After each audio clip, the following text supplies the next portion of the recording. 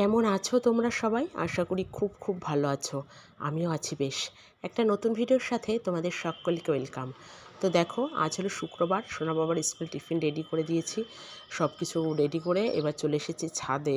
সবটা তো দেখানো যায় না। নেব ফুল। এবার বেশ কয়েকদিন ধরে অনেকগুলো করে সাদা ফুল হচ্ছে। এই সাদা ফুলগুলো একটু ছোট হয়। আর ওই পাশে যে গাছটা আছে তারাও দেখা যায়, দেখো এগুলো একটু বড় হয়। দুটোই সাদা ফুল। বেশ কয়েকদিন ধরে বেশ ফুটছে অনেকগুলো করে, মাঝে একদম ফুটছিল না। আর এই দেখো সূর্যি মামা উঠে পড়েছে। প্রচুর সূর্যের তাপ, আর আমার শরীরটা যেহেতু ভালো নেই, আমারও উঠতে বেশ লেট হয়ে যাচ্ছে, মানে আরও আগে ওঠা উচিত।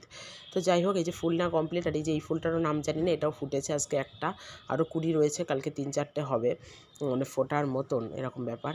আর এটার কোনো গন্ধও নেই, নামও জানি না, কিছু না, কিন্তু হয় প্রতি বছর। যাই হোক, সেই ফুলটা তোমরা যদি নাম জেনে থাকো তো কমেন্টে অবশ্যই জানিও। আর ওই যে সোনবাই স্কুলে চলে গেল, আর আজ হলো হাটবার, 1-2 জন করে আসছে, সব জিনিসপত্র সাজিয়ে নিয়ে বসবে, আর যেহেতু হাটবার। আর এখানে দেখো আমি সিংহাসনটা কি সুন্দর করে সাদা ফুল দিয়ে সাজিয়ে দিয়েছি, কি অপূর্ব লাগছে দেখতে। আরও তোর বাবা নিয়ে যায় দোকানে, ছেলেরা নিয়ে যায়, মায়ের ঘরে প্রচুর ঠাকুর পাঠিয়েছে বাবা, সেই সব ঠাকুরকে দেয়, সবটাই নিয়ে যায়।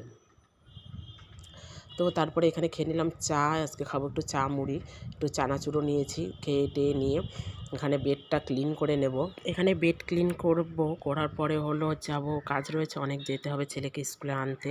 আর প্রচণ্ড গরম আর প্রচণ্ড রোদ্দুর, আমার তো মন চাইছে না যে যাই, তবুও যেতে হবে, কিছু করার নেই, কাজ তো করতেই হবে।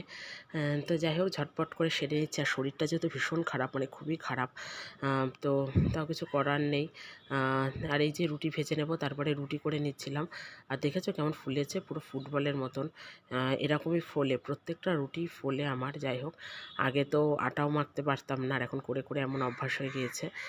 খাই যে কেউ খুব একটা না, আমি একাই খাই, কারণ রুটিটা বেশ ভালো লাগে, আর ভাতটা অতটা পছন্দ করি না। তো যাই হোক, ওই জন্য রুটি করে নিচ্ছিলাম সকালবেলায়। রুটিটা খেয়ে নেব, খেয়ে যে দুপুরে রান্নাবান্না চাপিয়ে দিয়েছি। এখানে হচ্ছিলো উচ্ছে ভাজা, আর এগুলো আমাদের গাছের উচ্ছে, বললাম না, খুব ফ্রেশ থাকে, কোনো পোকা টোকা হয় না। অনেকগুলো উচ্ছে এনেছিলো মা, মাঝে গিয়ে, তোমাদের দেখানো হয়নি, প্রায় 1 কিলোর কাছে উচ্ছে পেয়েছিল। তারপরে এখানে একটু চুলে তেল দিয়ে নিচ্ছিলাম, আমি তো নারকেল তেল না দিলে মোটে থাকতে পারি না, তাই সেটা একটু চুলে তেল দিয়ে নিচ্ছিলাম। আজকে আর শ্যাম্পু করবো না, শুক্রবার, কালকে করব, আগামীকাল করব শ্যাম্পু, শনিবার। তা ওই জন্য আজকে একটু তেল দিয়ে নিচ্ছিলাম। আর তেল না দিয়ে আমি মোটে মাথায় থাকতে পারি না। আর চুলের অবস্থা আমার খুব খারাপ, চুলটা বিশেষ করে ট্রিমিং করানো দরকার। তো দেখা যাক কবে হয়, কি হয়। চুলটার অবস্থা বেশি খারাপ, তো ওই জন্য একটু তেল ফেল দিয়ে নিচ্ছিলাম। আর তেল না দিয়ে আমি থাকতেও পারি না। তো যাই হোক, এটা রান্না করতে করতে এসে তারপরে আবার এখানে এই যে মায়া মাছ ভেজে নিচ্ছিলাম, চুনো মাছ। এগুলো দেখি কিছু একটা করব, ঝোল ঝাল যাই হোক। অনেকগুলো এনেছিল চুনো মাছ, রোজ দিন তো আর বাজার করা হয় না, অল্প অল্প করে এই খাওয়া হয়, আর ফ্রিজে থাকে। আর গরমে এত মাছ টাছ ভালোও লাগে না, তা রয়েছে প্রচুর মাছ, তার কী করবো। আর এই যে চিংড়ি মাছ, এটা দিয়ে হবে এঁচোড়, এটা দেখো ভিজিয়ে রেখেছি, পুরো বরফ হয়ে গিয়েছে, অল টাইম ফ্রিজ চলছে, তো ওই জন্য জলে দিয়ে রেখেছি। আর এই যে মায়া মাছটা ভেজে তারপরে চিংড়ি মাছটা ভাজবো।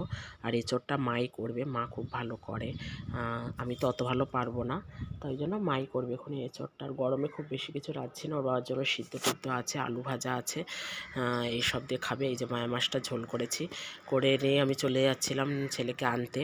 এই দেখো বেরিয়ে পড়েছি, ভীষণ গরম, আর গরমে কটনের কুর্তিটা গায়ে দিতে যে কী আরাম লাগে কি বলবো, ভীষণ ভীষণ আরাম লাগে। দেখো নিয়ে চলে এসেছি।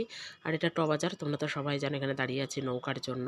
দেখো সানগ্লাস পরে নিয়েছি, তাছাড়া রোদ্দুরের দিকে তাকানো হচ্ছে না। আর সোনা বাবারও তাই, এখানটায় বলি, ও টুপি আছে, সানগ্লাস আছে, তাও নেবে না। এই দেখো দাঁড়িয়ে রয়েছে, দেখেছ, আর ওই যে দূরে নৌকা আসছে। তারপরে এই বাড়ি এসে এই যে খেয়ে নিচ্ছিলাম রুটি, ঝটপট করে খেয়ে নিলাম। আর আমি কিন্তু একটু কাঁচা পেঁয়াজ খাই, আমার খুব ভালো লাগে।